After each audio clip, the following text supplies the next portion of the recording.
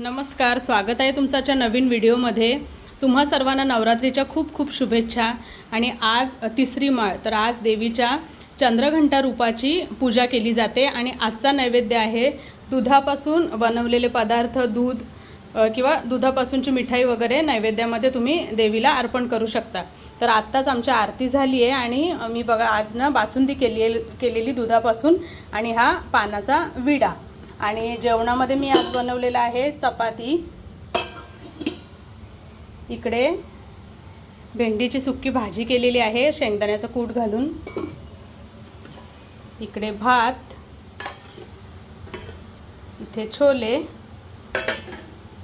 इकडे आहे बासुंदी केली होती ती, आणि इथे वरण आहे मुगाच्या डाळीचं। आणि आज मी साधंच वरण केलेलं आहे, तुपाचं जिरं मोहरी फक्त फोडणीत घालून हे साधं वरण केलेलं आहे।